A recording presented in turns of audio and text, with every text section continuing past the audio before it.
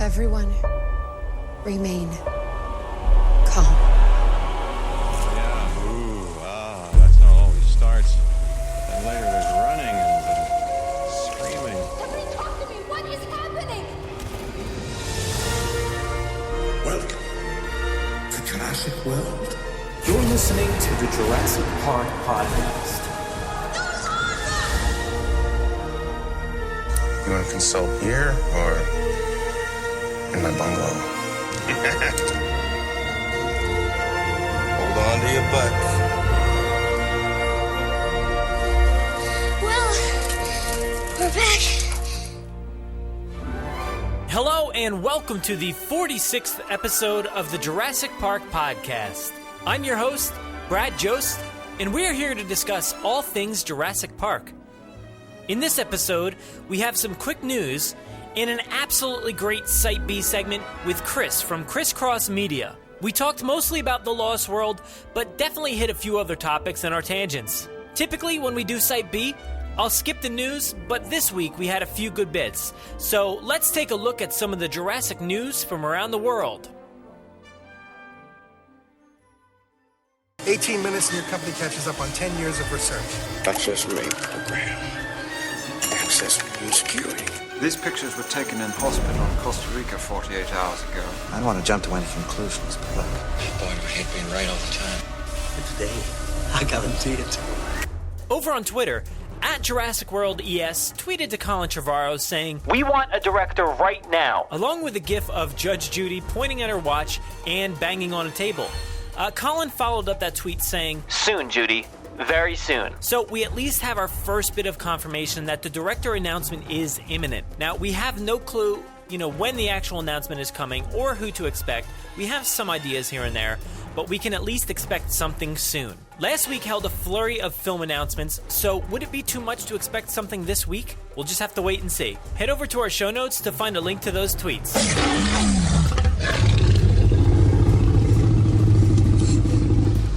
The MTV Movie Awards aired this weekend, and Chris Pratt came away with the Best Action Performance Award for his work as Owen Grady in Jurassic World. He beat out the likes of Dwayne Johnson, Jennifer Lawrence, Vin Diesel, John Boyega, and Ryan Reynolds. Now, Chris did not win the award for Best Male Performance, and neither did Jurassic World for Movie of the Year. Either way, congrats to Chris on the win, and you can find a complete list of winners within the link in our show notes. Oh, there it is. There it is. Explore the park like never before. Fly around Isla Nubla and visit park attractions. Get up close and personal with our dinosaurs. And experience Jurassic World the way it was meant to be experienced. Jurassic World 3D Project. Download it today for free. Thank God for Site B. Site B. Yes, Site B. No force on earth or heaven could get me on that island. Site B, don't worry. I'm not making the same mistakes again. Come on, okay, so there's another island with dinosaurs, no fences. Site B. And you want to send people in? Yes. A very few people. Yes. It's not a research expedition anymore. It's a rescue operation, and it's leaving right now. You cannot land on this island. This is Isla Sorna. Site B. Yes. We're on Isla Sorna, and we need to talk to the boat. Site B. No, a lady.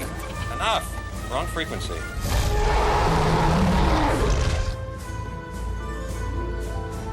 So I was wandering around the dense forest of Isla Sorna, Site B, and I came across Chris from ChrisCrossMedia, and he's going to join me here to talk about a ton of different Jurassic community topics here today. So Chris, how you doing? I'm a little frightened. I'm here. I was by myself here at Isla Sorna. Yeah. But now I have, did you bring food? No. How do you... There's some cans here. I think we can scoop out some beans. And I found this Crunch T-Rex bars? pea. Did you have do you have a Crunch bar with you or something like that? I think No? there's something in my pockets. Okay, good. Yeah, we'll be okay. I'm Chris from ChrisCrossMedia. I'm a fellow Jurassic Park lover, especially a lover of Lost World. So I think we're going to dabble a little bit on the Lost World today. Is that correct? Oh, absolutely. Yeah, I think it's under talked about in a way. I think When I see the movies on TV, I'll go on Twitter and I'll look to see what people are talking about. And a lot of people are just like throwing out hate for this movie, and it confuses me because to me, Absolutely. I can't beat Jurassic Park, the original, but this movie is so good and so underrated in my opinion, and I know you feel the same way.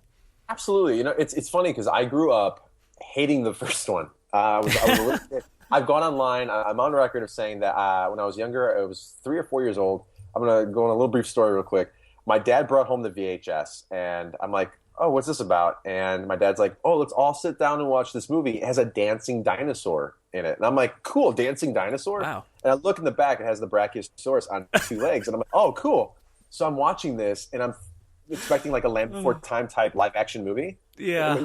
Granted, I'm 4 years old, and I freaked out. First, the Brachiosaurus goes on 2 legs, and I'm like, cool. Oh, God. And I'm like, what's next? And next thing I know, there's, the Raptors and the T-Rex and all this stuff, and I'm so scared. I'm hiding under the blanket, and then I'm peeking over trying to, watching the movie. Yeah. And I see the T-Rex rip apart the car, and I'm like, how am I safe under a blanket? So I'm like, I'm screwed. I was so frightened by this movie. Yeah. I actually ripped the VHS cover. Oh, no. Yeah. So it was around when I was 6 or 7 when Lost World came out. Then I actually became a fan and then appreciated the first movie. But it was funny that when this movie came out, in terms of just like talking to my friends and just people, I thought everyone loved it. It was this great movie. It was a sequel to Jurassic Park. It was fun. It's this grand adventure with Ian Malcolm. And then years later, I go on the internet and I find that there's actually some hate to the Lost World, and I was like, I don't get it. Like I don't understand some of the arguments. I mean, it's not a perfect film, but I feel that it gets this level of hate that does not deserve. No, absolutely not. I really don't get it either. I've gone and looked and found tons of articles about it, and a lot of this stuff is just surface stuff that why are you nitpicking about that stuff? You don't need to bring that stuff up. It's not a big deal.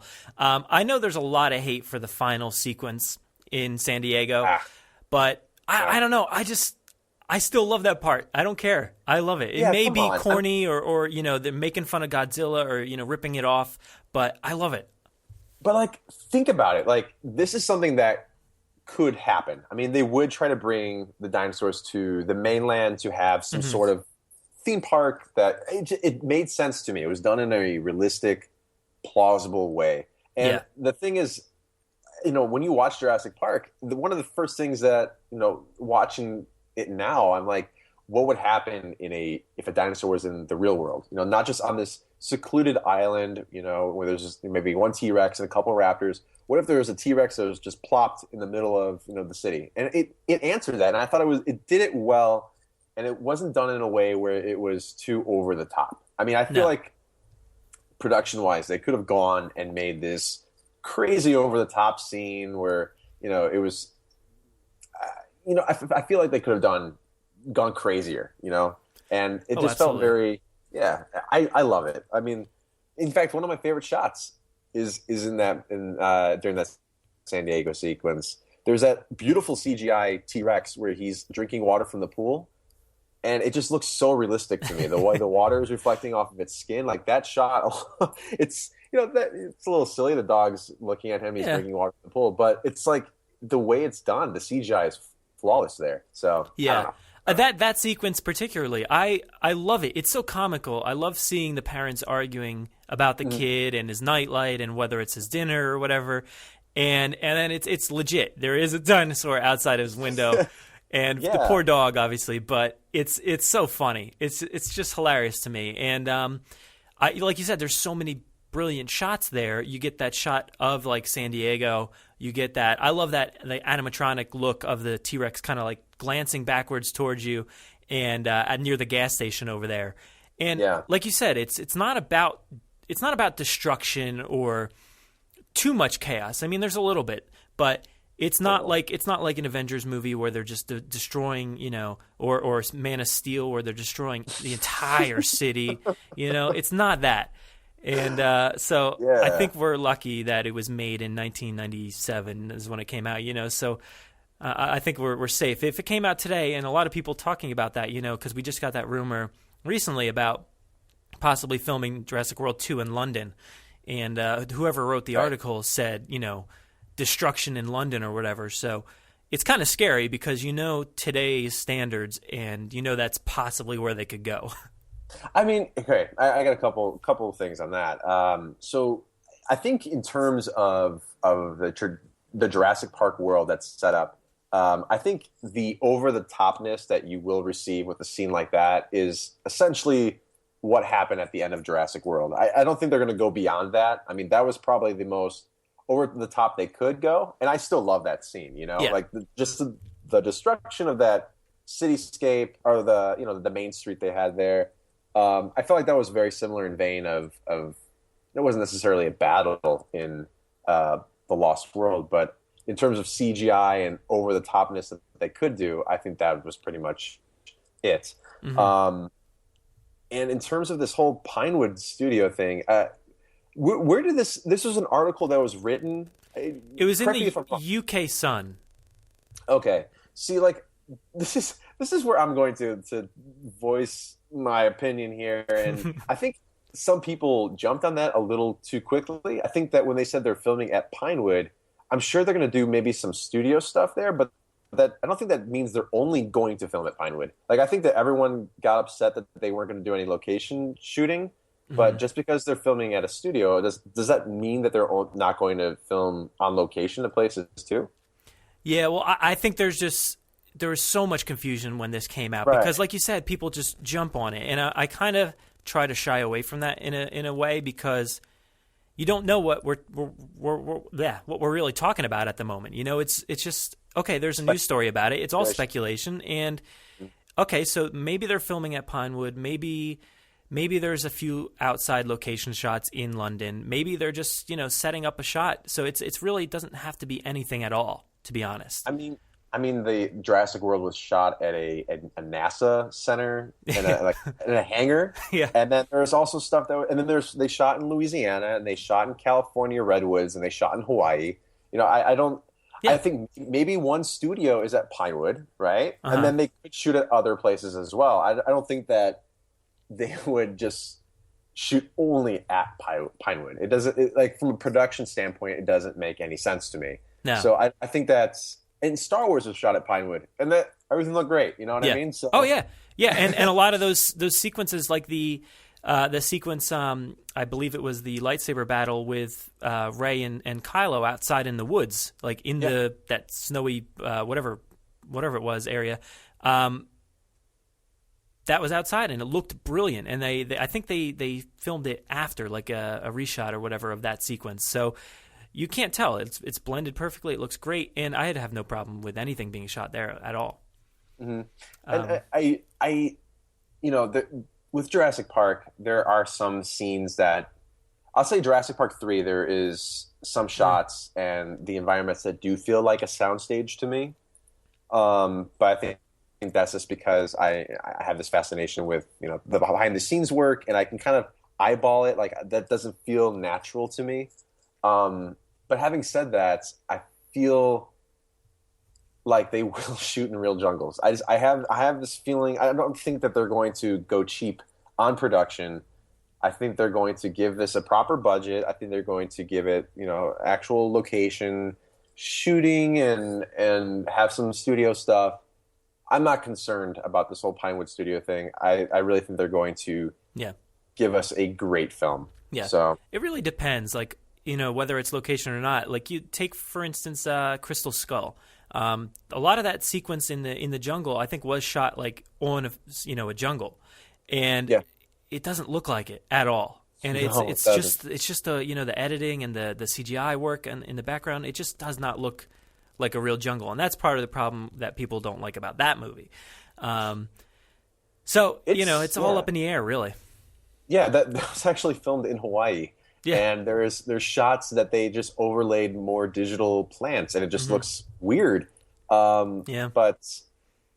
I don't know. I feel like the Jurassic World had a very positive response. While there was some criticism, I think that Colin and the parties involved will listen to the fan base. I think they're very careful about where they're taking this franchise. And I think they'll take risks and everything, but mark my words. I think you're going to see a lot more animatronics in this movie. Oh, I believe you there. Yeah, I really do, because I know Colin cares about the fan reaction, and while he's not directing, he still has a creative input, and he's writing the script. I do see that there's going to be. I do feel like there's going to be animatronics. I do think that we're going to see a little bit less of that, CGI-ness, I guess, computer graphic. And then I think we're also going to see an original character come back. I really think that they're going to see either Ian Malcolm or an Alan Grant pop up some way. They got to. It's that notion is huge right now, bringing back characters, and obviously even Goldblum himself coming back for Independence Day. So, and you can see the reaction people are having to that. So obviously bring him back. Yeah, and it's funny because I was watching the commercials that Jeff Goldblum's in, where he's doing like this like TED Talk type thing. Yeah, and someone's like, I can imagine him doing like a TED Talk where he's just like bashing Jurassic World and the failure of it, and how I can see him going off and doing these big talks with big groups and just saying how bad it is and how this damage and death was inevitable.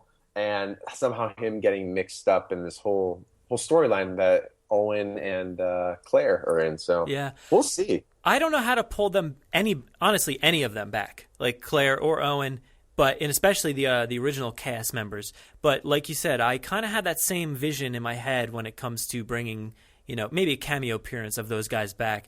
And I always thought, like, all right, let's start this movie with like basically a courtroom drama with. Maybe Claire's getting some penalties here. She's got to pay for her actions or her decisions, really. And maybe there's like a few clips from a TV interview or something where they have a panel of previous people that we know, like Grant or Malcolm, people that have experienced this firsthand. So I thought that would be a great thing. And like you said, they kind of talk trash about it. But hopefully we get to see something like that. I don't know. We'll see. I mean, let me ask you this, and I know we're kind of sidestepping here. For Jurassic World 2, do you think that they're going to have Blue come back in some fashion? Because I think that would be a good way to get Owen back in some way. I think there will be. I honestly think they'll bring him back or bring her back, and he'll have to train, I think, another crew. And the way I see it is, they'll maybe think they're training these like new and more efficient raptors, but there's something a little screwy with them.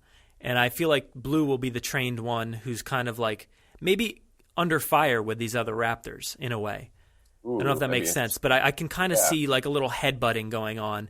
Maybe they're not all listening, and Pratt brings Blue on to kind of corral everybody, but it's not working. So I could see something along those lines. You think they're going to be like those 6-foot Indominus Rex that Hoskins was talking about? I think so. Like maybe not looking like an Indominus Rex, but maybe just infused with more of that type of DNA. I don't know. Right. That'd be interesting. I mean, I think Blue, the way they set up Blue, the way that was marketed and everything, you'd have to have that character come back. Yeah. In some fashion. I would love to see Rexy come back. I don't think we're going to see her back, though, unfortunately. Yeah. But yeah, I think that's the only way you can really bring Owen back, unless, Colin Trevorrow has gone on record saying that this is Claire's story. Like there's a arc that she's going to have over the trilogy. And definitely there is a blooming relationship and romance being brought up with her. So I believe that they're going to have, that's how they're going to bring in the Chris Pratt character. Yeah. He's going to be kind of like the side chick of the story. Yeah, I think you're right, because she deserves it. She didn't get the credit in the media for being the lead, but she really was the lead in this movie. Absolutely. I think it's all her story, and she unfortunately didn't get the credit. And like with the toys and everything, and she doesn't have one yet. And we should probably talk about this as well. Don't bring up the toys, man. Yeah, well, it's so bad. I mean, okay. So I messaged you the other day, and I was talking about the Kenner toys. Mm-hmm. They're brilliant, and there's a reason why they're going online for hundreds of dollars right now, because they're well crafted. They actually took time to make them look like the Stan Winston models. And then I remember when Jurassic World was announced, I'm like, oh my God, Hasbro's going to make new Jurassic World toys. These are going to be amazing, like with the technology and like the 3D scanning. Yeah. Oh, it's going to be great. We just got information on our first human figure, which what do you think? I mean, oh man, as soon as I saw it, I was like, oh sweet, all right, cool, because somebody posted some pictures. They said they found it. I forget specifically who, sorry for not mentioning the credit here, but yeah, I forget who mentioned it, but it looks so bad in my opinion. Oh God, it's like a typical Jurassic World box, and you have the motorcycle, you have Chris Pratt as Owen, and then you have Blue. And the Blue that we see there is the same one I already have that one sitting right here. No different. Yeah. It's got like the camera on the side of its head. It's got the serious overbite on the jaw, those horribly painted teeth. Yeah. And then the motorcycle, which some more people track down, is the same recycled thing from Crystal Skull, actually. To keep the talking, we're staying in line here with Crystal Skull and Jurassic World. It's kind of embarrassing because that was 2008, and they couldn't. There's no update since then. That just drives me crazy. And then the Chris Pratt character looks like a 6-year-old painted it. It looks like a potato. That's what he looks like. Like, I don't have a problem with the bike. I mean, the bike originally was okay. Like the original sculpt. I have the Mutt Williams figure. Oh, do you? Okay. As embarrassing as it sounds, I have it. The bike is cool. My problem is, I have a 1993 Velociraptor that came with the original movie, and I have side by side the Jurassic World Raptor, and it's night and day. I think that. My problem is they have the 4 Raptors. You have these 4 likenesses, and they're literally all in the same pose, which does not make any sense to me. I mean, you can have – I think that's the cheapest way to pop out these dinosaurs. I know Hasbro has done several repaints of the Jurassic Park 3 line, but that was over the course of like a couple of years. They just do 4 repaints all at once in the same line. And it's like, what are you thinking? Like – yeah. I understand they're for kids, and not collectors. But even when we were kids, when we were kids buying these toys, they're special. And I don't see these Jurassic World toys, 15 years from now, like the Kenner toys, being hundreds of dollars. I see them, being dirt cheap. So, I have been super easy on these toys like recently, because like you said, they're made for kids, and kids will probably love these things. So I can't fault them for that. But at the same time, the toys that I have, which are sitting right here next to me, were made for kids. And exactly. I have a motorcycle, I have, a character, and I have a raptor, and I can take all those, and that set, which is from either 1993 or 1997, looks 10 times, like not even 10, way more times better than whatever they're going to put out now. It's so sad. I mean, it's very sad. I feel bad for kids these days. Yeah. And the thing, like, speaking of the Lost World, did you ever have that mobile command center? I did not. My cousin had it. That thing was amazing.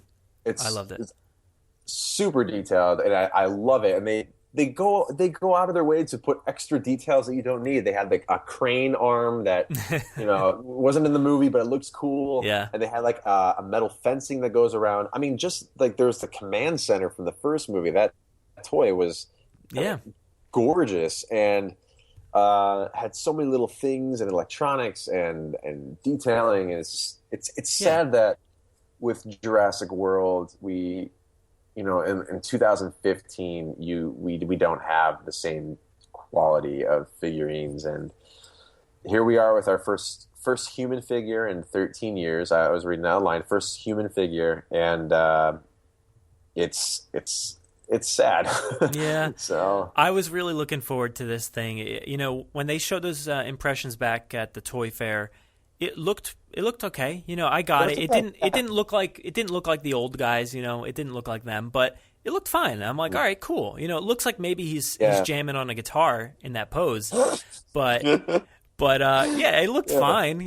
And honestly, like I have a bunch of Star Wars toys here as well, and they look okay. I mean, they're not the greatest thing either. I have which actually it is really cool, but the Rey on the speeder bike that she has, that thing, the speeder bike looks great. The figure itself, not so much with the stiff legs and everything, but so it looked good compared to something like that, I thought. Well, I mean, Star Wars gets all the Hasbro attention, though. Oh, of course, yeah. The products they have for that is night and day compared to what Jurassic World got, unfortunately. Yeah. Which I would think it's not Star Wars, big, but it's still a very it's close. I mean, it's up there. Franchise. Yeah, and I don't understand why it would get the. I don't know. What's really sad is I don't know if you remember the 2013 Jurassic Park line that was released. Yeah, I tried to ignore most of that stuff once Jurassic Park 3 came out. I kind of got very far away from them. So there was a line. So after Jurassic Park 3, all they did was release repaints. There was no new things. But in 2013, they released a line that had new sculpts, new figurines, new packaging. It was gorgeous. They had an Allosaurus as an example. Oh yeah. And it looked super detailed and had all. It was posable and had. It was awesome. Yeah. And everyone's like, oh my God, like this is the Hasbro quality that we're going to get for Jurassic World. And then Jurassic World releases an Allosaurus, and it was like Happy Meal toy versus like a Sideshow collectible. Like that's what it felt like. That's the difference. Yeah. It's like, oh man. So yeah, I don't know why we need to be forced to buy a Sideshow collectible and spend hundreds of dollars when we want just a fun, cool, good-looking toy. It's not that hard. I mean, I would be happy, honestly, at this point, if they would just re-release the Kenner molds and just repaint them. Yeah. Like, give me 4 of those awesome Raptors and give them the, the Charlie Echo Delta blue paint. I mean, okay, you have a character. I'm going to rant. You have a character that's named Blue, and you don't even give it the blue stripe. It's like a gray. Yep. Like, yeah. Why? That's very embarrassing. And I don't know if you saw, but the new set comes with like a flashlight of some sort. Yeah. And you're supposed to shine it on blue, and I don't know. It looked like it shows a little blue on its back or something, but. No, don't you remember that amazing scene where Owen had a flashlight and he shined it on blue and his scales glow like that? Yeah, that one. Amazing. Yeah. It was so great. My favorite part for sure.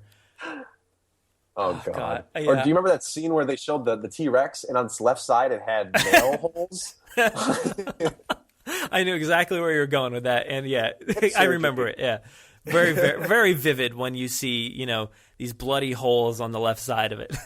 I felt bad for her. I was like, "What did they do to you, man?" Yeah, poor thing. I have that one too. And it looks okay. It looks all right from the right side.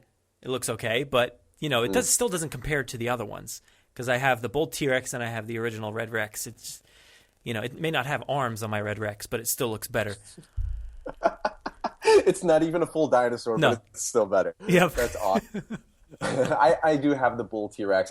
My favorite T-Rex. There's actually 2 of them. There's the Thrasher that was released during the Lost World, which I love it. I do love the Gulper, the Bull T-Rex that was also released during the Lost World, but my favorite one was actually a repaint of the young T-Rex it was released during the Lost World, but it was a mold from the first Jurassic Park line. Mm-hmm. It's called the young T-Rex. Have you seen this? Yeah. I think the sculpt on it is it's very Jurassic Park. Let's say, and I love that it has like that dark skin, and it's pretty cool. This new one, I don't know what they were thinking. I wanted to bring that up because it literally just popped up like basically right before we started talking here, and we didn't plan on talking about that, but you can't not because and the internet's just exploding right now with hate for this thing, and I mean it's almost so bad to the point where it kind of just looks like a fake toy. It looks like maybe somebody mocked this up themselves, threw it in a package, and they want to sell it. They want to sell it. What's sad is that I saw some pictures of knockoff, like like fake Jurassic World toys that sell like on the streets of New York, whatever. And there was one that like looked better than what we officially got. Oh, I don't doubt it. Yeah. I'm like, oh, that's sad. Like that's when it gets sad. Mm-hmm. And yeah.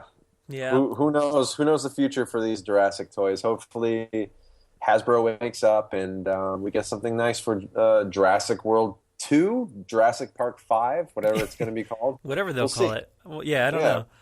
I'm not sure how we got. I mean, there's so much to talk about, so obviously we can keep talking about everything. But sure. What were we planning on talking about? The Lost World, right? Yeah, I forget where we left off. I guess we got sidetracked by San Diego, I think. Maybe. Yeah, we stopped off at San Diego talking about them. Yeah. And we did touch on it a little bit in between here and a few good points. Like, I think you mentioned redwoods at some point. Somebody actually asked a question here. I reached out on Twitter and Instagram and Facebook, and I got one here. Let's see, which one is it? Okay, so from Twitter, this is actually I don't have the person's name. Whoops. But yeah, oh well. It says thoughts on redwood environment versus shooting in Australia as planned. What do you think about that? Do you know anything about them planning to shoot in Australia? I heard some rumors. Here's the thing: Australia has a wide array of location and environments, and I think it would be a nice, fresh, I guess I could say, taste for the Jurassic Park franchise. Mm-hmm. Redwoods. Well, I guess when it comes to Lost World, it looks like Lost World. Mm-hmm. Yeah, and Lost World what was great about Lost World is that it felt different from Jurassic Park, and it was supposed to do that because it was a different island. And in terms of shooting in Australia, like I don't have a problem with that. I mean, I don't. What's your take on it? I mean, are they going to shoot in the desert? Like, no, that might be kind of cool. Yeah, I don't know. I'm not sure how I guess he meant this as pertaining to maybe specifically the Lost World. I guess maybe I don't really, honestly, maybe this is my fault as a fan, but I don't know anything about this Australia bit. But obviously we got redwood, in the Lost World. And like you said, it's such a different environment. And it's not, it's not jungly. It's not what you'd expect from an island off the coast of Costa Rica. So it's so different. And I could see maybe Australia fitting the mold a little bit better in those terms. But I'm okay with different environments on Sorna specifically because, if you look at a map of Sorna, it's very different of an island than Nublar. And it's split up. It's got a lot of different waterways. So there's a lot of different areas where you could have all these separate locations and styles of land. So I'm really okay with, a redwood area. You have jungle area. There's obviously the beach area we see. So if you look at The Lost World and Jurassic Park 3, sometimes they do look like different islands, but I'm okay with it being very varied. I mean, the way you speak of it, are you saying that Site B is going to be in this next movie? No. I guess like in terms of, I'm assuming, I'm assuming just the different environments of Sorna specifically. Yeah, I mean, here's the thing. Like, there was a shot that was filmed in the redwoods in Jurassic World. There was a goat scene, and you do get that different feel. And I feel like it was these movies. They can feel repetitive if you keep doing the same thing, and to make it feel different, to make it wild for the audience to watch it and have a new experience while also feeling familiar. Australia can be very interesting. I think it would be very exciting. I have this fever dream of, I think there's a project. It's called Jurassic Continent, I believe. Are you familiar with this? Is it the Lost Continent? I believe. Lost Continent. Yeah, they're filmed like it would be set in Africa. I think that would be so interesting. That's exactly what I'm hoping for the next one. Mm-hmm. I was recently in Africa, and I was there imagining this happening. Like, Yeah. you know, on the safari, like on the plane or whatever. It's just like, it's perfect setting. And to kind of see animal versus dinosaur in a way, I'd love to see like a little shot like that. I don't know if you remember, but like, I Am Legend. Do you know that movie? Yeah, Will Smith. Yeah, you know how he's going along, he's trying to hunt the deer in the middle of New York City, which is already a strange image. And then out of nowhere, the two lions, I guess, come out and attack that deer. And it's such a jarring image. You're not used to seeing that. So I kind of have like that type of thought process when it comes to a sequel here. I'm imagining something like that, like in Africa, where you see a lion or you know, maybe a lion tries to take on a raptor or something like that. It could be interesting. Oh my God, that'd be amazing. Yeah. Actually, I want to bring this up real quick. The question here came from @FossilBox on Twitter, or @Fossil_box. So yeah, it was in terms of the Lost World specifically. But like we said, I'm cool with it, you know, looking varied. Actually, I have a clip here I think should surmise exactly what we're talking about. It shouldn't be here. Did you hear that? Yeah, it shouldn't be here. Yeah. So go back to the first Jurassic Park, and Ellie's, you know, in the Jeep there, and she sees the Leafs and she's pulling them off, and she's like, this shouldn't be here. You know, this is something that's extinct so long ago.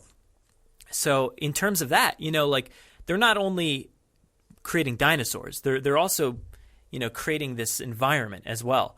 So they can, you know, engineer it to look the way they want it to. And maybe that's why there's such areas as redwoods or, you know, stuff like that on the island that you're not used to seeing. Yeah, and, you know, Colin has said that his goal, the reason why they changed the name from Jurassic Park to Jurassic World, is that they want to make it more, they want to build the world up, right? Broaden the whole idea of humans and dinosaurs coexisting together. And like, they're basing that idea from the Alan Grant quote from the first movie, how they're suddenly thrown into the mix together. And, you know, I have this image. There's a book that was released, gosh, I don't even know when, but I think it's called Dinotopia or something like that, where they have basically dinosaurs integrated into, you know, human life. They have, you know, Triceratops used as like cows pushing, you know, these tractors, and they're plowing fields, and there's like, you know, people riding a Brachiosaurus like it's like a bus. There's like little things like that, and I think it'd be so cool to, like you're saying, to see a mixture of this Jurassic World and the real world, what we are familiar with. You know, and to experience that, you have to see other environments. It can't just be Isla Nublar, Isla Sorna. You have to expand and see what else is out there. And I think that, you know, it'd be like you're saying, like a scene where I can see, you know, you're low in the grass and there's these raptors that attack like an elephant, you know, in the middle of the savannah. Or, you know, there's a Brachiosaurus that's like in the middle of like this, you know, standing next to a giraffe or something. Yeah, a giraffe. Or, you know, you have like, you're in the middle of the Midwest in the United States, and there's this field where they're picking plants and stuff like that, and there's like Triceratops that are, you know, helping farmers and stuff like that. I mean, there's like these little things that I think would just visually be amazing. You know, there was a scene in Jurassic World where they're chasing a pig. I love that. I thought that was cool. You know, and I want to see more of that. There's so much to be explored. And it's going to be interesting that now the Maserati Corp has filed for, I believe they're going to file for Chapter 11. Yeah, you'd think it's inevitable. Inevitable, and there's going to be these, you know, other competitive companies that are going to want to have the, you know, their hand in this intellectual property. Yeah. It's going to be open source, and it's going to be very interesting how they handle this. Yeah, and it will be all over the world, and if that's the case, you know, they're not all going to set up shop, you know, on an island. So, or San Diego or wherever. They're all going to be in their own sector of the world, you know, trying to create this new type of dinosaur. And I've talked about it before with a lot of people here on the podcast, like just the different types of labs. Like they'll create ones that look more realistic, like with feathers or something like that. And then maybe ones that are more rabid and crazy, or maybe ones that are more docile and everything. So I could see all this stuff happening in different parts of the world. I feel like we're going to see like a taste of feathered dinosaurs and a taste of just like more artificial Jurassic Park versions of them too. I think we're gonna get a mix of that. Yeah. Which would be interesting. I think it would make some fans happy. Which I like the non-feather ones. I love the Jurassic Park original design. That's my personal taste. But it would be interesting to see like them cloning dinosaurs for more of a scientific, reasoning, and then for more theme park, and then maybe they make them bigger for agriculture or for a specific reason. It'll be very, very interesting. And speaking of other labs, like you were mentioning, they can bring back Biosyn. I really hope so. Yeah. Yeah, and the whole Dodgson thing that you mentioned. You had a poll. Yeah. And I recommended that Bob Odenkirk. Bob Odenkirk. Yeah. This was all you, man. I asked for suggestions for this Dodgson poll because a lot of people have been asking, like, who could possibly play, Dodgson in the future, since we can't get that original actor for obvious reasons. And you suggested Bob Odenkirk, and, a lot of people, had their own thoughts on what they should see. But then by the end of the poll, Bob Odenkirk won, and he pulled out the win. It was an amazing pick, man. I got to congratulate you there for suggesting that. It's funny because I think that he has the look for it, and I think he has the range as an actor. Because I think he'll bring a new layer to this character. He plays kind of like the slime ball, but he's also there's a little bit of some sympathetic feel to him too. There's a little bit of this like he plays dumb, but there's also this kind of like genius behind it too. Oh yeah. And he can play. He can be very menacing. If you've seen Breaking Bad, if you've seen Better Call Saul, I think he would just be a great villain for the Jurassic Park franchise. Yeah. And I can just picture him with those glasses and that red polo. And I know. I can see him. We got to get that photoshopped in there to see how it looks, because you see him as a secret agent coming and sitting down at the table with Nedry, and I've been rewatching that sequence over and over, kind of, to see who would fit best. And honestly, like, he fits the best in my opinion. I think I suggested Kiefer Sutherland. He would have been great, but like he doesn't fit as well as Bob Odenkirk, and it fits so well. He has the look. He's probably like about the same stature as the original guy, and like you said, he's got that slime ball attitude. Where, I mean, you didn't get a ton of that in Jurassic Park. So when I've been rewatching it, he's very normal. He's just talking calmly. He's a little scared. But he gets excited when he's unscrewing the can there, but that's about it. It's such a short sequence that it's fine if we recast it with Bob Odenkirk. It would be perfect, to be honest. And we totally expand it. We saw Wu, and then they give him a whole new angle in Jurassic World. So I think we can really delve into the character of Dodgson. And it's funny because I was thinking about it. I'm like, will audiences remember who this character is? And I was thinking the line, we got Dodgson here. That's such an iconic thing that you mention the name and people are going to be like, oh, that's him. That's the thing. I to be honest, I have two things here I'll bring up. The first one, because I tend to go through Twitter and just like find a lot of people's posts, see what people are talking about, and a lot of people, when it comes to Jurassic World, say basically something you said in a way. They say like, oh my God, can you believe B.D. Wong was the same character in Jurassic World as he was in Jurassic Park? I had no idea. Oh my God. Because there's a lot of new fans for this new movie. Absolutely. So they don't really connect the dots in that way.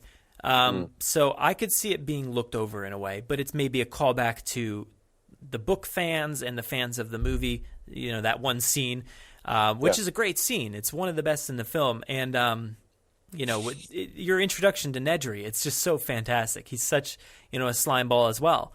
So that's one of the things. Always get to see that when it comes to Jurassic World. And then also for The Lost World, I can't count how many times I've come across this tweet. It's like countless amounts of times. Every time The Lost World's on, people are saying, oh my God, Vince Vaughn was in The Lost World. I had no idea Vince Vaughn was in The Lost World, and it cracks me up because I actually this past week I took a few snapshots and saved. I think I saved 3 like in the past few days of people saying that, and it's just over and over. It's so funny because to us, like obviously Vince Vaughn's in the movie, but I guess if you're not a traditional like big fan as we are, you can maybe overlook that. But he does have a pivotal role, I think. I think so too, and it's funny because he was great in the movie. I mean, he's a local boy. He grew up like the street over from me in Illinois. Oh, really? Okay. So there's a little community like that likes as a big Vince Vaughn fans. But having said that, I thought he was great in the movie. I think in terms of random characters they could bring back, I don't see if they brought him back if they wanted to. I could see them working. But because he's like gone off and done his own career and become this comedic actor, I don't think they will. Yeah. But I always wanted him. I wanted him and Roland Tembo. Tempo, I guess. Tembo, yeah. Tembo. I always wanted him to come back, but unfortunately he passed away too. Yeah. But he was one of the best characters. I think I choose him to be the best like acted character in the films. Yeah, I think when people talk trash about Lost World, I'm like, do you remember the character Roland? He was such a great character, and you almost think like you can't top Muldoon, but there's something about him. Yeah, there's something about him that was just so great, and there's that.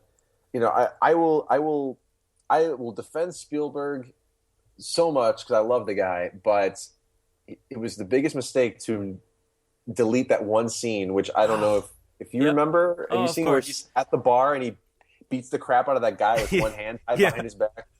It's genius, and it's such a great way to set up that character. Yeah, and it really was. I mean, we do get a good introduction as we have it now, but that would have just added to it so much more. Just verbally brings down Ludlow, just puts him in his place. I love that scene where he's just yelling at him in the car, and Ludlow's like, oh, okay. It's so great. Let's find a new spot, shall we? Yeah, shall we? Yeah, I love that. And that's the thing. What I loved so much about The Lost World, and bring it back to The Lost World, I love that team that Ludlow brings. There's such a variety of people that are the hunters. Mm-hmm. And there's Ajay, and there's a guy who was a Dieter Stark. He's despicable. He's just so terrible. Oh God, I love that. He's like drunk the whole time, and just he's such a mess. And I would think any normal person not drunk in that moment would be perfectly capable of getting away from compies, but he just stumbles around. He's like wasted at that point, and he dies. So he's taking a piss, and then he gets eaten alive. Like it was the perfect payoff too, because as a kid I was so pissed when he used the taser on the compy, and I was like, oh my God, like that's so mean. Yeah, and I love that. So I think a lot of people forget those little moments, and there's the writing is to me is well done. There's little quips that Ian Malcolm does, like she always has to touch everything. She cannot touch. Yeah, she cannot touch. And then there's the line I love where he's like, "I'll be back in 4 to 6 days? No, you'll be back in 4 to 6 pieces." Like, there's those little quips that the actors do such a great job doing. The interactions is to me spot on. Yeah. The lines specifically, I think the script is fantastic because like the exit scene for Roland specifically, like there's not much more iconic than that, and he has the best exit of any character. It's so awesome. Yeah, and then you get the final appearance of John Hammond too, which very sad and emotional. Very sad. Yeah, I always thought he was going to pop back up. But... Yeah, well, I recently played some audio on the podcast about like an interview with him, and Steven reached out to him for Jurassic Park 4, and this was back in I believe 2008 actually, and they were saying like, he reached out, he wants to have me appear again. And we're going to start working on it. But, it's just sad to listen to that because obviously that never happened. Yeah. I mean, it's a shame. I'm glad that they, he was, the spirit of him was in Jurassic World. He was mentioned, and then there's the statue, of course. But there's such a soul that he brought to that franchise. Yeah. He was Jurassic Park, Oh yeah. Very similar to how Walt Disney is like Disneyland. Yeah, hopefully hopefully Disney is a little less delusional, but but yeah, I know it's exactly what you're saying, and his send off as well was really good. Like his monologue there at the end, there's so much heart behind that, and you sort of, I think, because he, like I said, he's delusional in Jurassic Park in my eyes. He's full of heart and spirit, and he's trying to do a good thing in his eyes. But then once things go downhill, people start dying, his grandchildren are lost, he's still focused on like basically building a park and reestablishing it, and next time, it'll be flawless. And he's so blinded at that moment. And then I think by the time, the events of The Lost World wrap up, he's much more in terms of like, we need to, salvage this island. We need to, keep distance from it and let it do its own thing. Let, life find a way. And it's so emotional and just a great send off for him as well. What was the line that Ian Malcolm said where he's like, you went from something to capitalist to naturalist in that's what it was. 4 years or something like that. Like, yeah, I love that line. That's so great. And this is interesting. I'll bring up. So Hammond at the end of The Lost World seemed very much like you're saying, a naturalist, and his goal was for the protection of these creatures, these animals. And then when we get into Jurassic World, you have Masrani saying it was his dying wish to, I guess, build Jurassic Park again. That's what he says. I go ahead. You finish your. No, statement. I mean that's my thought. I mean, it almost seems contradictory. And did Masrani make that up? I mean, I don't think he made it up. I think he misinterpreted it, and it's my own headcanon, I guess, but just to kind of make things work. But I like to think of it as Hammond was like, look, Masrani, I need to pass this on to you. I need you to take care of it. I need you to nurture it. I need you to do something with this. And Masrani kind of takes it as, oh, I need to start a park and I need to, build your empire back up, build your legacy back up. But in my mind, I would see Hammond being like, do this, take this from me, and keep it natural, keep it safe and everything, but don't make a park. But I just like to feel that Masrani misinterpreted it. Right, and it's something very interesting, and I'm trying to remember if this was a fact or if this was just rumor. But originally, at the end of Jurassic Park 3. That man with the megaphone, originally that was supposed to be John Hammond. Did you hear about this at all? I did. Yeah, I have heard about that. Yeah. Is that just some fan rumor? I don't know. I forget where I read it now. There's just so much to look into. It's sometimes impossible to keep track of what's real and what's not. Yeah. I mean, there are the wonderful John Hammond memoirs that was in I think the Trespasser video game. Yeah. Yeah. And you can all download. I don't know about the game specifically, but all those audio clips and everything. Yeah, I think it's like a fan. Some fan made a full. They took all the audio clips and made this thing called Jurassic Time. Jurassic Time, yeah. Yeah, it's so well done. I've listened to that a couple times. Yeah, and I always wanted those to kind of pop up in the future films somehow. Like they stumble upon his recordings or something, and it'd just be interesting. I don't know if there's a proper way to fit that into the whole mix, but it would just be cool. Talking about Sorna and all this, I am very, very curious as to what happened to that island before and during the events of Jurassic World, and even after. Like, are those the dinosaurs still on that island? Is it owned by Masrani? What is happening to those dinosaurs on that island specifically? It's very interesting. That is a good question. I have no idea. And actually, somebody sort of asked the question. We can kind of maybe fit this in. This one came from Instagram. It's, I guess, at Weenie Pooch. Um, so Nice. it says, this question is, here's my thoughts on the movie. I know that The Lost World and JP3 took place on the same island, but my question is, where do you think the Spinosaurus in The Lost World was, or I think it means in Jurassic Park 3 was, and do you think it's one of the only, one of its only, I can't say this sentence. Do you think it is the only one of its kind, or is there more on Site B? I think we can fit this in here, but Yeah. So going back to Jurassic Park, you have the incident there, and then you have, I guess a few years later, you have Hurricane Clarissa that wiped out the island itself. Everybody evacuated, and then the dinosaurs were left to themselves. That brings you to the Lost World. So I'm thinking about this Spinosaurus. Mm-hmm. I don't know where it could have come from because we didn't see it in the Lost World at all. Yeah. So I like to assume maybe it was just a baby, like the broken leg Rex, except we didn't see it. That'd be cute. That would be very cute. So I saw a fan map of Isla Sorna, and I believe this was on jplegacy.com or something like that. And they had basically the entire route that the characters take in the Lost World. And it takes place primarily on the southern half of the island. And then it has where the plane crashed in Jurassic Park 3 and basically where they were, where the Avery was, where the lab was and all that.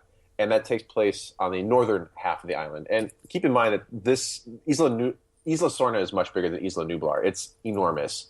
So I think it's very plausible that there is maybe one Spinosaurus that was raised in captivity when there was workers and people on the island, and once the hurricane came, it broke out and grew up, but in the northern island, and it knew not to go down south because there's T-Rexes and other creatures down there, and primarily the Lost World took place on the southern half.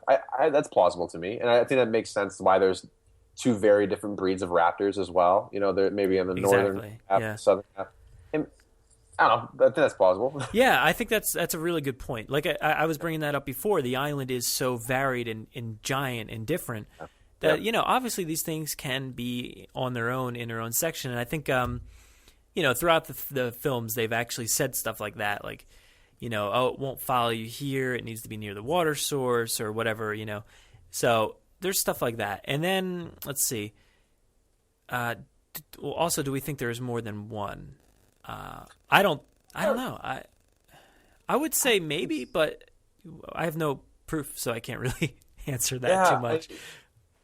I don't know. I don't think so. No? Okay. Yeah, I think it was created in a lab, and it just broke out. I don't think that there's multiple ones, which is sad. The last of its kind. Actually, I think Grant says it in that movie. He says, "I'm the last of my breed," or something like that. Poor Grant. Yeah. Oh, that really pissed me off. I mean, absolutely. Like, are you a Jurassic Park 3 fan? I was such a giant fan. Obviously, when the first two films came out, when the third one came out, obviously went to go see it, and I was very let down. Yeah. But as the years have gone on, I still had a hard time latching onto the movie. But recently, in the last few years, I've grown to love it. Even despite its flaws, there's some giant flaws and some things I just can't ever get over. But now I just laugh at them. Really. Like the entire intro, so bad. But I just laugh at it now. Like you mentioned it before with the green screen and everything. That specifically. That whole paragliding is so bad, and just the dinosaur. So yeah. So bad. There's little pieces that make Jurassic Park 3 a great film. There's segments, but overall it was a very disappointing film. But having said that.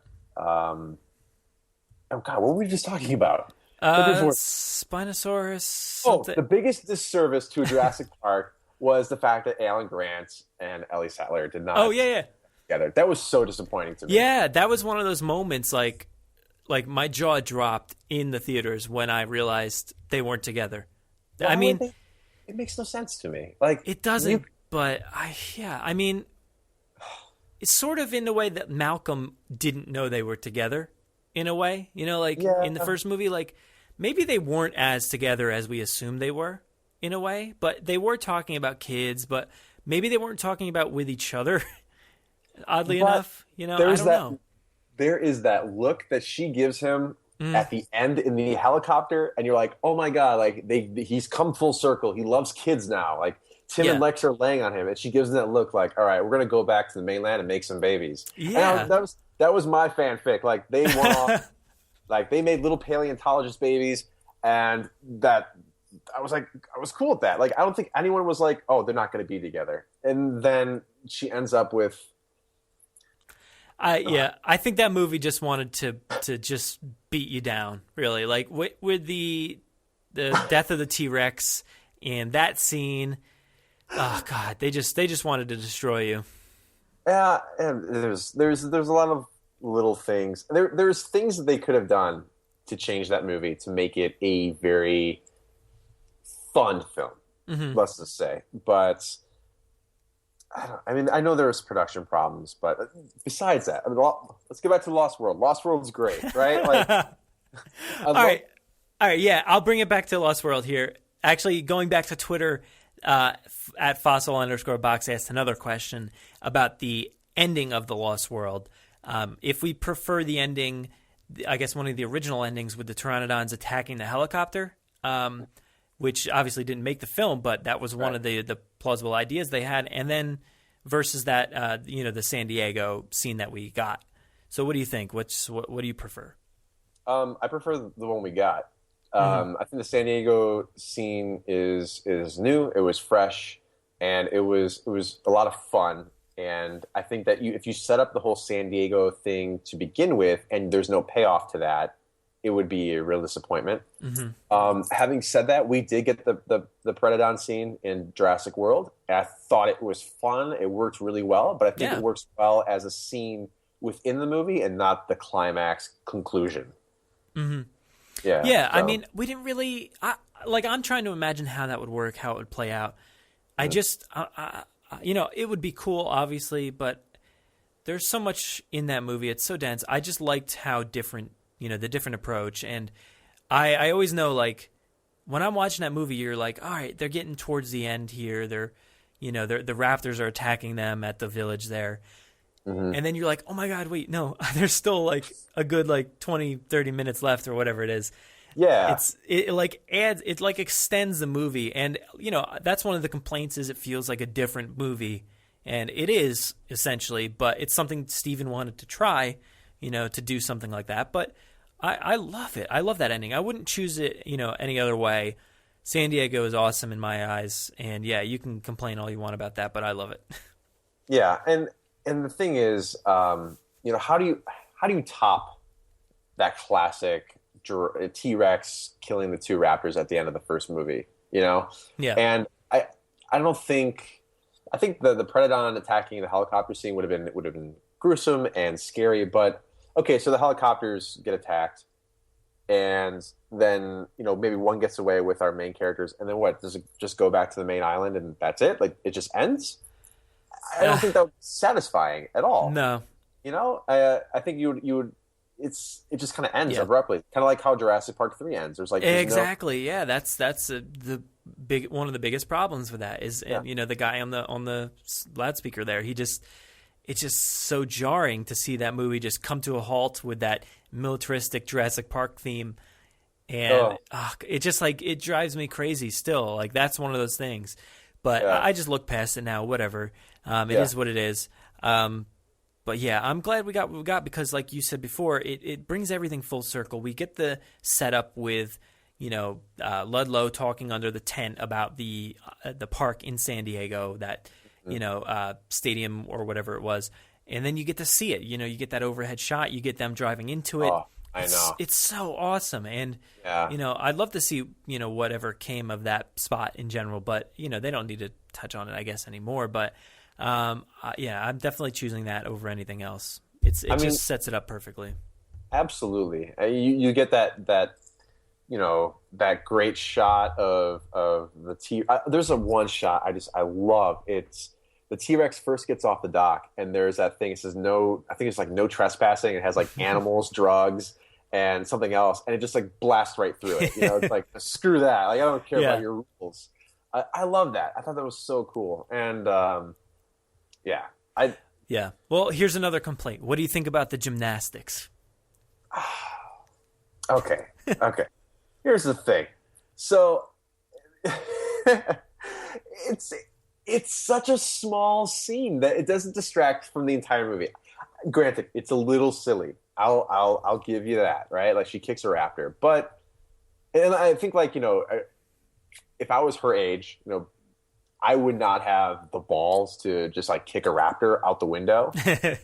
but it's like, to me, it's harmless. I don't find it as jarring as people make it out to be, and that doesn't ruin the movie.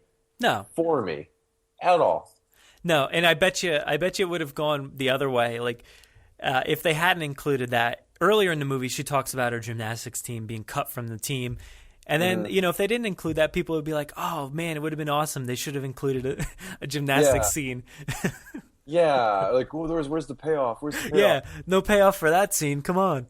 I mean, there is that really corny, like, total 90s movie line that Ian Malcolm has, like, they cut you from the team. Like, if my daughter did that, I'd be like, holy shit, like, I would be freaking out, right? And he's just, like, calling me, like, oh, they cut you from the team? Like, that was oh yeah, he's so distracted in that moment, I guess. But I love it. The whole raptor scene there is great. The CGI, the animatronics look amazing. The tiger stripe raptor is my favorite of all the raptors in the entire series. I think they look so great, so menacing. Yeah, absolutely. And I don't mind it. No. Another problem people have is like, who killed the SS Venture crew?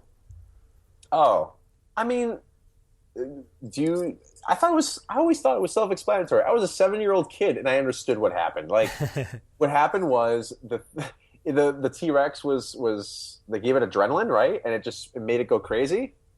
And it just started eating everybody off the ship. I'm assuming people jumped off too.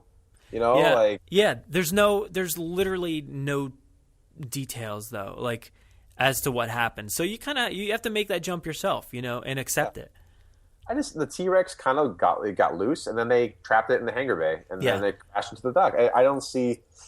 Yeah, I've seen so many different theories. Some people like to say the pteranodons were out, and they somehow came in, swooped in, and killed them all. And there is the plot line of, I guess they were originally going to include a raptor sequence there, where raptors got on the boat, killed everybody. I don't know what happened to the raptors after that, and then I see some people saying, "Oh, well, the raptors did it," and then the Rex ate the raptors. But it's just a lot of you just got to accept your own theory, I guess, when it comes to this. But if you're super critical in it, by this point you're already really critical, I'm assuming, of this movie. It's basically the end of the movie. And then this happens, and you're like, oh, here we go. How did these people die? No answer. So I could see people getting upset about it, but like you said about gymnastics, it just doesn't ruin the movie for me. There's like certain things that I feel like people jump on the bandwagon. Have you seen the JonTron review of The Lost World? I don't think so. It's one of the videos that became popular.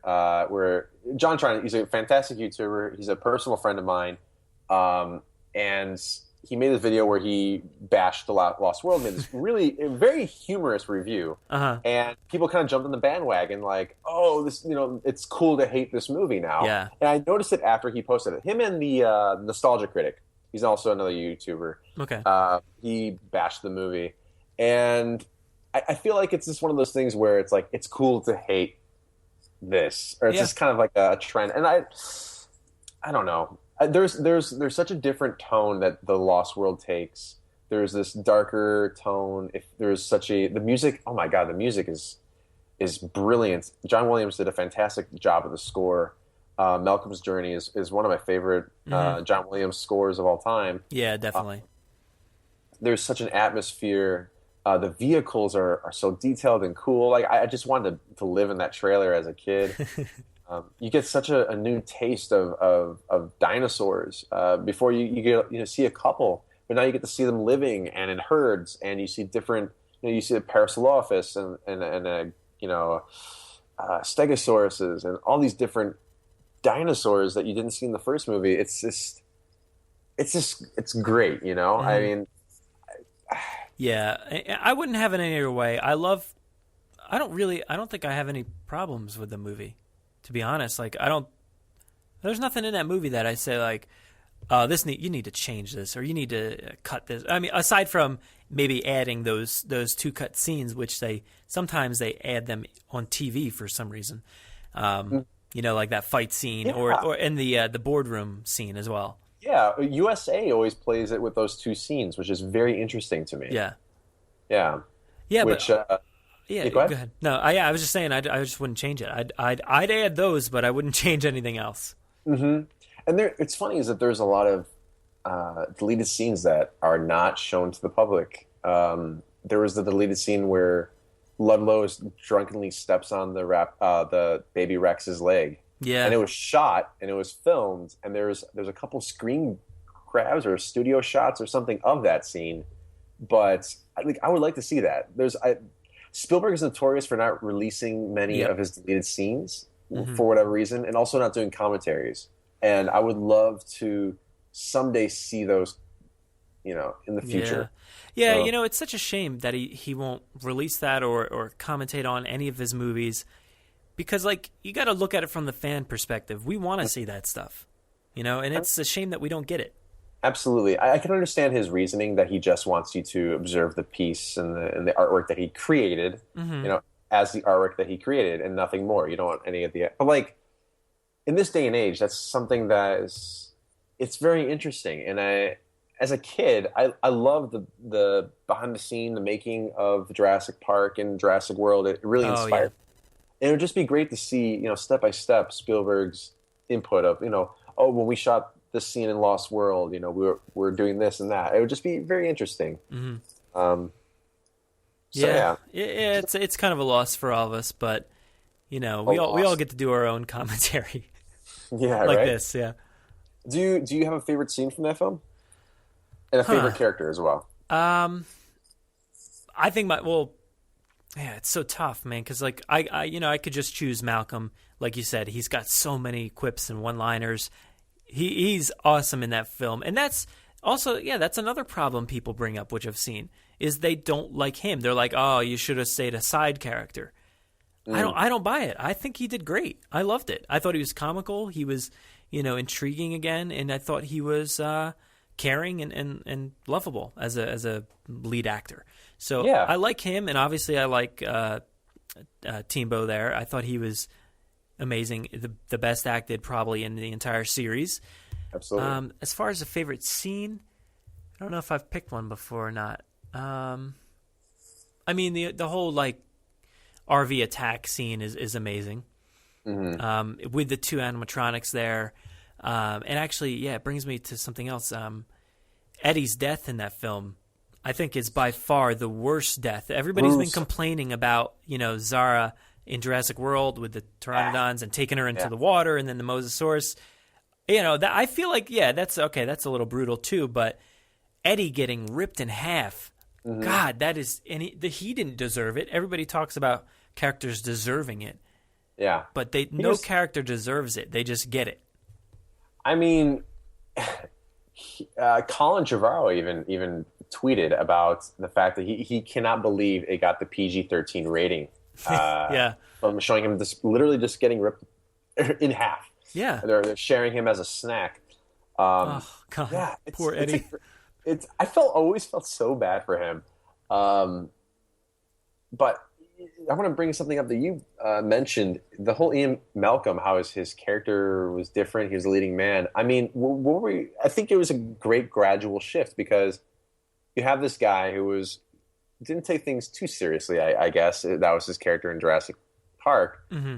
But he's been through the events of Jurassic Park. And, what would that do to you as a person? Yeah. You witness people dying around you.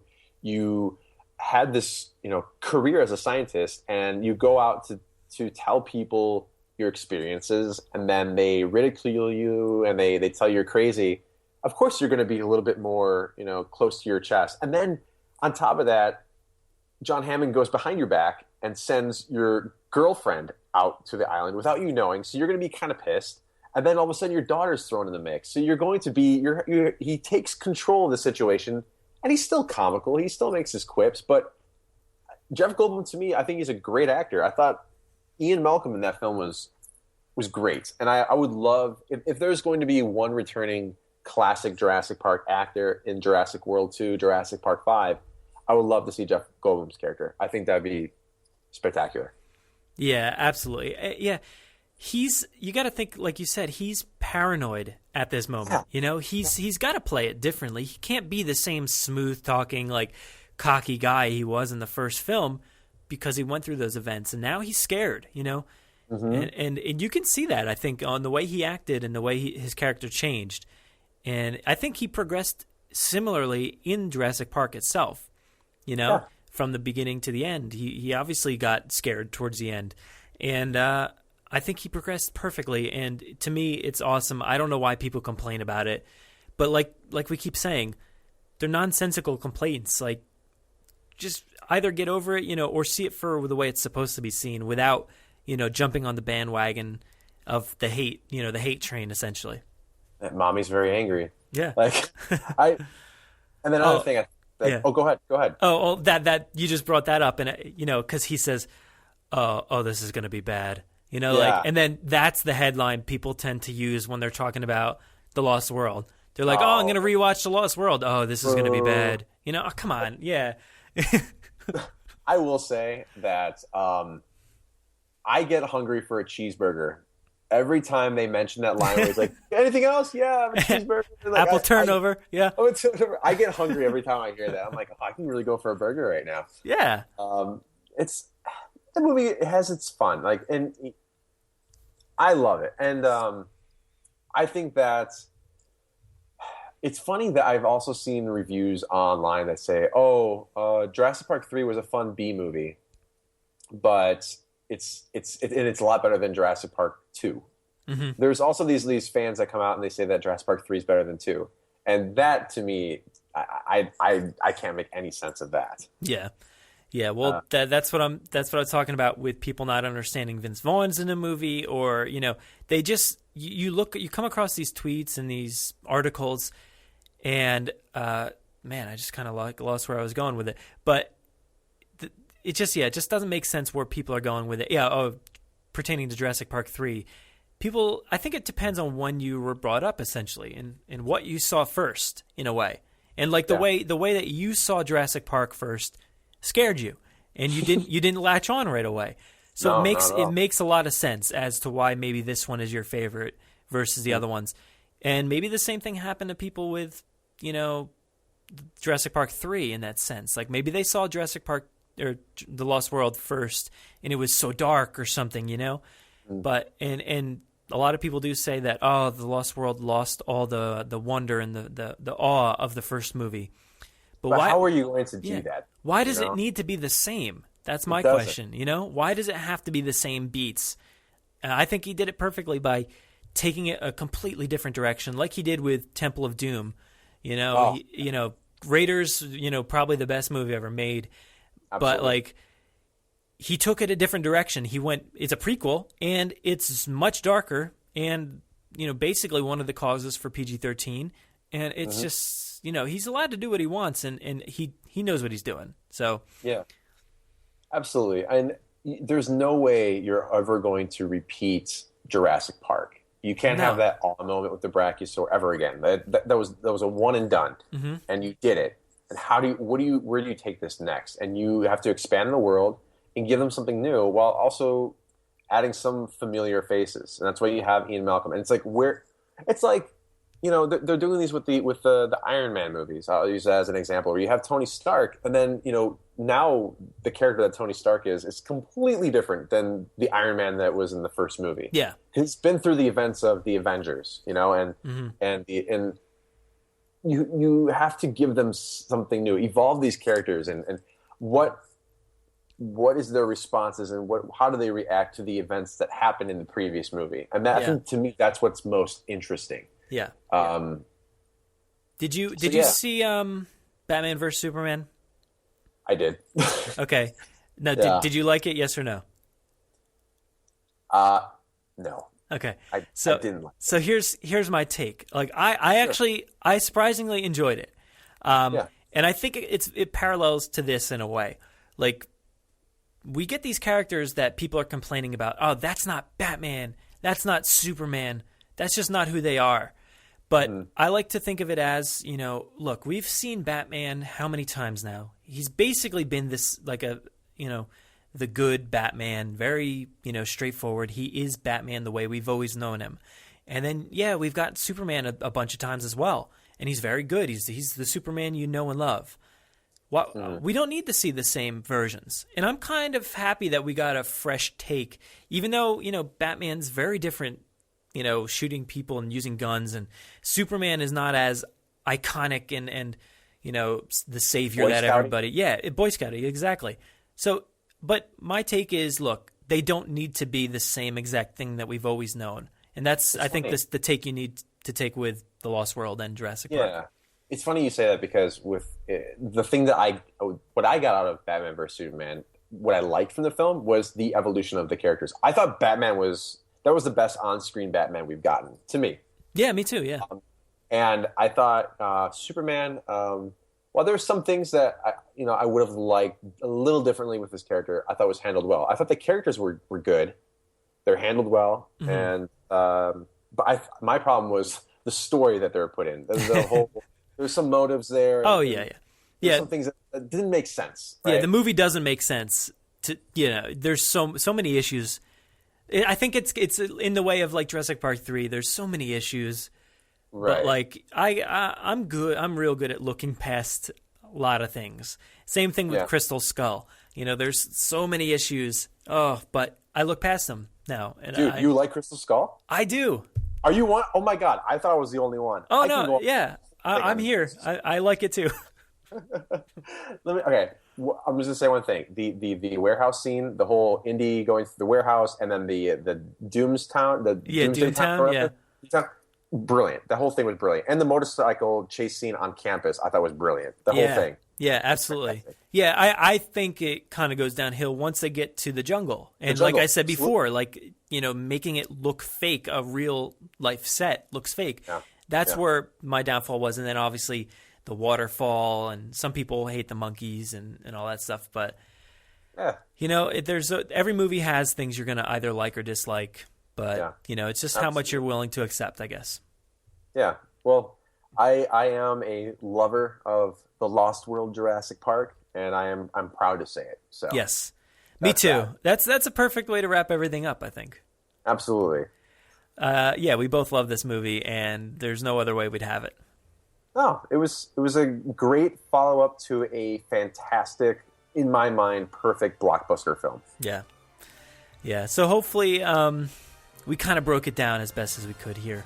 Like I said, we're running on empty here. I didn't bring any food, so no. I got to go find something like an oil tanker that maybe has some food left over in it or something. I'll try to kick open a vending machine or something. That's a good idea. You keep kicking. I'll keep. Sounds good, dude. Well, good luck out there. Yeah, you too. Thanks for joining me here. I gotta go. I gotta get off this island. Yeah, me too. Good luck. You too.